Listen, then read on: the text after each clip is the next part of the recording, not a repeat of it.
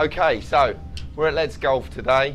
I'm with Matthew James, Callaway staff, club fitter, product trainer. Thank you. Pretty much the best man in the job that we can find for product information. Yep. Today's the big day. Yeah, absolutely. Rogue. We've all gone rogue. Okay, so this particular video, Rogue irons. Yeah, we're focusing on the rogue irons to begin. Yeah.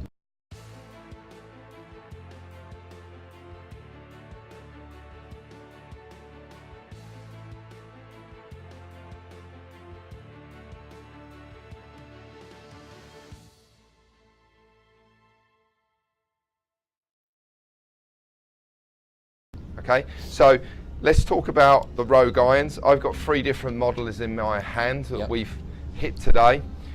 Tell me and talk to us about, let's start with Rogue X. Okay, so Rogue X essentially, with the reason for the 3 families, or the 3 in between the family, is catering for every golfer's need. So, simple way to think about it, Rogue X, longest, furthest hitting club that we're going to be able to give players. So, talk us through the design, as I hold this up to the camera then, the design of this club mat, and in particular, what is so different that's made this your longest iron? So if we compare this just to the standard, you know, you're going to see a bigger head, you're going to see a longer blade length, you're going to see a little bit more offset. Comes as standard with a slightly longer shaft, slightly lighter, and the premise around all of those things is essentially just trying to create as much distance as feasible. Okay, so I'm looking at this kind of design in particular, and this sort of wide sole. Yeah. Okay, talk to us about what's inside this head, which is so different in the Rogue X. So for the first time, we're now using a polymer urethane insert, which we're calling urethane microspheres. And essentially the way to think about that is it's the urethane, but with lots of little bubbles. Now essentially what that allows us to do is create some space to allow the face cup technology that we're renowned for using work a little bit harder. But essentially what that urethane will do is dampen down the vibrations and the sounds and the acoustics from impact. So traditionally a distance kind of iron, particularly a cast distance iron, will be quite loud and quite aggressive, right? So we've looked at trying to improve that as well, and we've done that, we feel, with the urethane microspheres. Okay, so Rogue X, who's it going to be pitched at? Which sort of golfer are we going to fit this for? I mean, it could go for any golfer, right? It primarily is going to be that guy in the 4-ball that might go well into a par 3, wants to hit an 8-iron, where his friends or the family, whoever he's playing with, are hitting, 5-iron. Yeah. It pretty much is going to fit that bill. It's going to be for the guy that wants to hit it a little bit further. Okay, so stronger lofts don't necessarily mean lower, shorter ball flight. No. This has got considerably stronger loft compared. Yeah. But however, launches the ball, spins the ball, gets some good carry distance. Let's talk about that a little bit and explain why that's happening. So first of all, and the sort of first point really is, well, if the loft's stronger, then it's got to go further, right? Well, at some point that's actually going to fall off, like you've alluded to. If the lofts get a little bit too strong for a player, then they will struggle launching the ball. They'll struggle spinning the ball as well. So the first point is that actually making the loft stronger doesn't necessarily give you distance, unless you do some other things, which this has done. So we've looked at the way that the CG is located to allow us to make that loft stronger. Positioning the CG further back away from the head and in a much deeper position than we've ever created allows the golfer to actually get the ball launching. So the combination then of the loft being stronger, giving us some more ball speed, but the CG location being further back away from the head gives us some launch. Those two things together give us distance, not just one or the other on their own. Okay, so a speed machine hits it further. Hits it further. Shaft? So shaft offering as a stock, so if you were to walk into a store and see it on a shelf, it would be with the KBS Max 90 shaft. Okay. Which again, like we said, it's a little bit longer than a traditional. Yep. Light, obviously trying to give that club head speed. So everything about it is speed orientated. Speed orientated, a speed machine. Okay, so we move off the X and we move on to Callaway Standard. Yeah, so the Rogue Standard. So a little bit more traditional in its styling, a little bit more traditional in its lofting, a little bit less offset, slightly shorter shaft. You know, essentially this is still a distance machine, but it's not going to be as long as Rogue X for some players. Okay, so the design on the head itself then, while I hold the head up, so similar? You'll see, yeah, it's very similar. Slightly, you know, shorter blade length, not as long as what the Max is. Slightly narrower sole, but again, you know, this is more your sort of mid handicap range kind of golf club. Very familiar looks for a Callaway design, and again using those urethane microspheres to again try and improve those sound acoustics. Okay, so when fitting this club, this is going to be really for somebody that might not be going for the outright distance machine, and something that's going to be forgiving.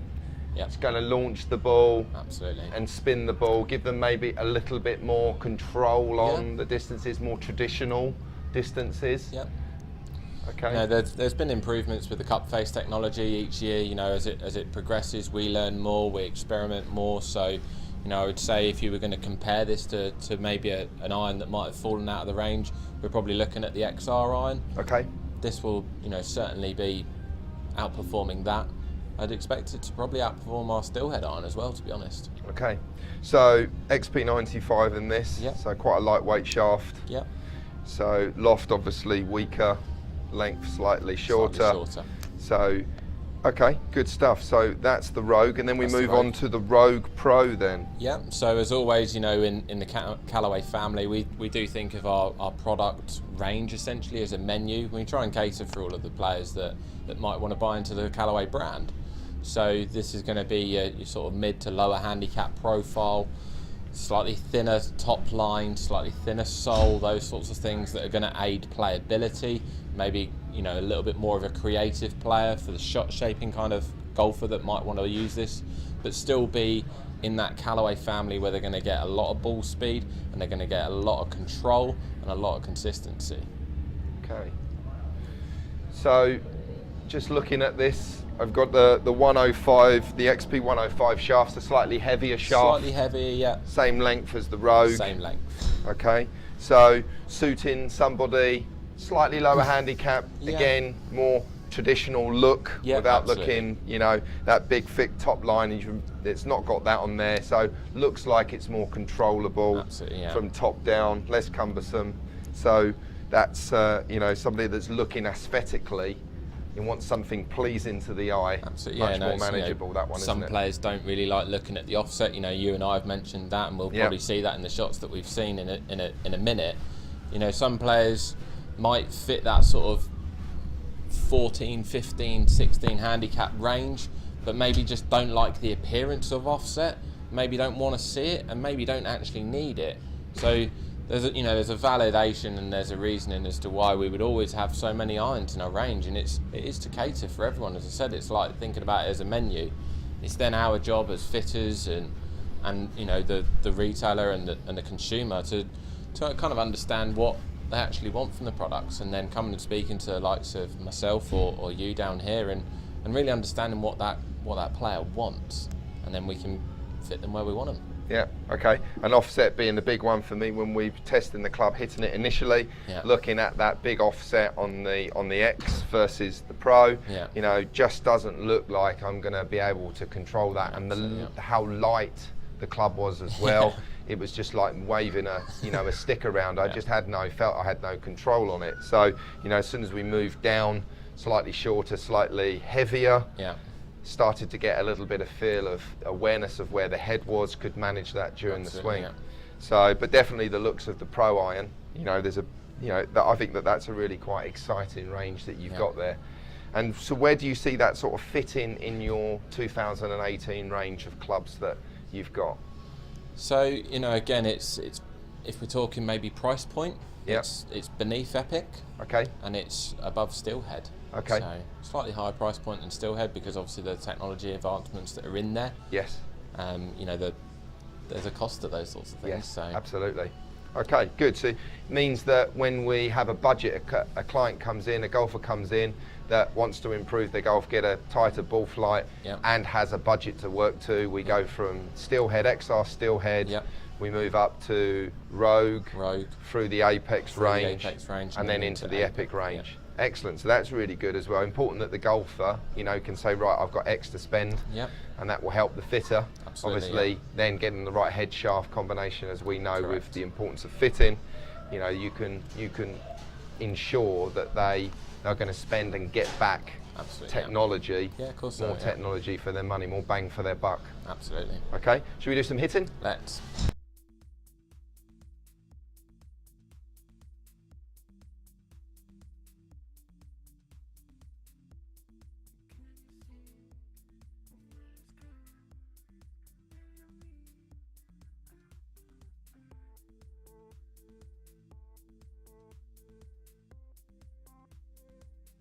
Okay, so we hit some shots. As always, we removed the bad ones, the rogue ones, no pun intended. We took the odd ones out just to make sure that we don't distort the data too much. Yeah. So, my 3 different clubs, your 3 different clubs. Let's start with yours. Talk us through what we call the pillars of fitting and ball flight. So yeah, we'd always focus on those 3 first columns, as we would call them, or pillars, which is ball speed, launch, and spin. If we can have an effect on any of those columns, we're going to have an effect downrange. Now, the first point that we've noted, obviously, from Rogue X down to Rogue or even Rogue Pro is the fact that the loft is, compared to Pro, it's almost 4 degrees stronger. Yeah. But the launch is, I'm going to say, identical, right? I challenge anyone to tell me that there's a 0.1 difference in the flight and see that out on a golf course. Yeah. So it's not just the loft that's creating the launch. We have to know that, because there's evidence of it there. But the loft is having an effect on the ball speed.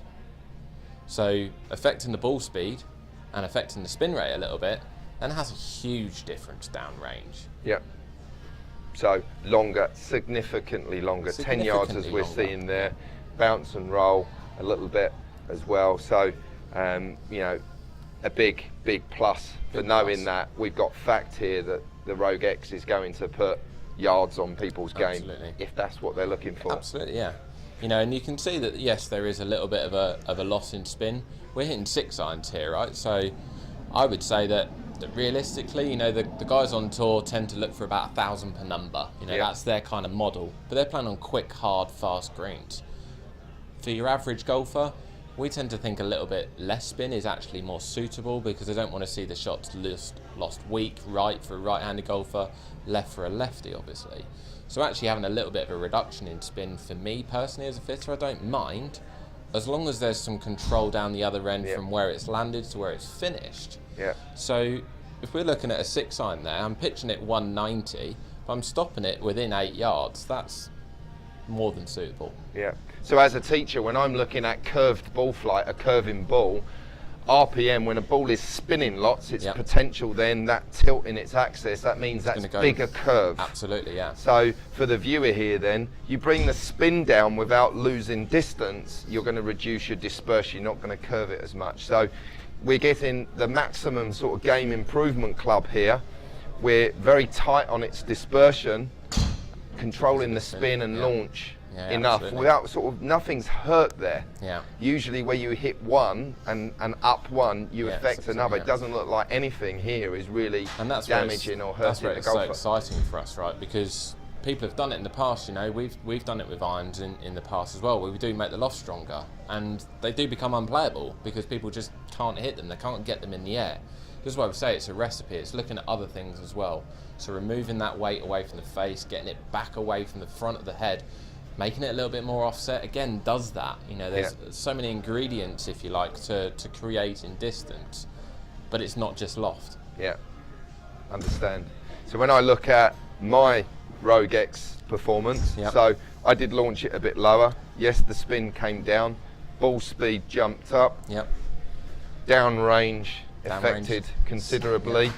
But then when I looked at my side angle, wasn't as tight as the less offset ones. No. And that was an immediate thing I said to you when I'm looking at the offset. I couldn't quite look at that and tolerate how far that hosel was sitting in relation to the head. The look of it. And again, that's something that you need to be asking the fitter when you're going and having these fitting sessions. Throw that at the fitter, don't just go on performance, because if we were both going to go on performance and numbers, why would we not both go for the Rogue X? Yeah. Yeah, and that's not the whole story. Absolutely. And I think this is another thing as well, which we can sort of highlight here, is that human beings, we're all different. We look at your block of 3, my block of 3. Yes, we've seen some little differences, but how different are we all individual? Absolutely, yeah. You know, and we talk about club fitting, the importance of club fitting and fitting the golfer. Yeah. You know, a lot of people think that club fitting is expensive. Most pros offer it as a free service, or discount that fee off of a set of irons, so you get your money back. When you get a good club fitting, you get data to measure it against, you can see performance and the difference. And importantly, you know, the pro is then able to then dial in with the feedback from the golfer to give them a club that's actually, we had this discussion with a gentleman here, you know, people, a lot of them shy away from club fitting because they think it's too expensive or they're not good enough is the one that I get back. Yeah, we hear that all the time. Yeah, of course, everyone's good enough, right? If this is what they're looking for, a bit more distance, to get a bit more distance, gain a bit more on their friends, have shorter clubs going into the greens, this is the club that we would fit. So if we found that this didn't hurt them in any way, it was gains, then they're going to get more enjoyment out of the game, right? Yeah, absolutely. You know, I think there's a classic point there that, you know, the guys that are on tour, yes, they're the best guys on the planet, right, in terms of their performances. And of course they have their clubs fitted because they want certain things, they want to see certain shots, they want to be able to see certain shots. So you think that those better players maybe have, you know, probably a tighter fit is sent, but I've seen it in years of doing fittings that actually I can help someone far greater who's maybe that 18 to 20 handicap or even above that, because if I make a, you know, let's say a 10% difference in their performance, it's going to be bigger than the better player anyway. Yes. Yeah, and if I can make a bigger difference, they're going to enjoy it more. Yeah. And they're going to play more because they want to play more. Absolutely. You know, so it's, you know, it's exciting. Being a fitter is exciting, and when we get product like that, it's really exciting. It's game changing, and you really can change ball flight from one club to the next. Yeah. So that's really sort of for the viewer then. If you're considering club fitting, you know, we kind of bark on about the pillars of ball flight here. Your club fitting, I guarantee you get yourself off to a fitter, whether it be down here, Surrey and Sussex, come and see me at Let's Golf. Matt comes along to us as well and does 2 or 3 fitting nights events a year, and you dot yourself around the country as well, other sites. Go and see yourself a Callaway or other club fitter. Look at this. This is what you're going to get from a good fitting. This is going to get you a more playable club. They're going to get a more playable club in your hands. Yeah. It's going to enhance your enjoyment. It's going to mean that you're going to play better, lower your scores, and enjoy the game more. Correct, yeah. Yeah, okay, good stuff. So, Rogue in its true form, in all 3 irons there. Hit all of the information for you. Exciting day on the launch of the Rogue. Thanks a lot, Matt, for your time today. No enjoyed hitting that. Hope you enjoyed it as well. Certainly did. And we hope you enjoyed this video.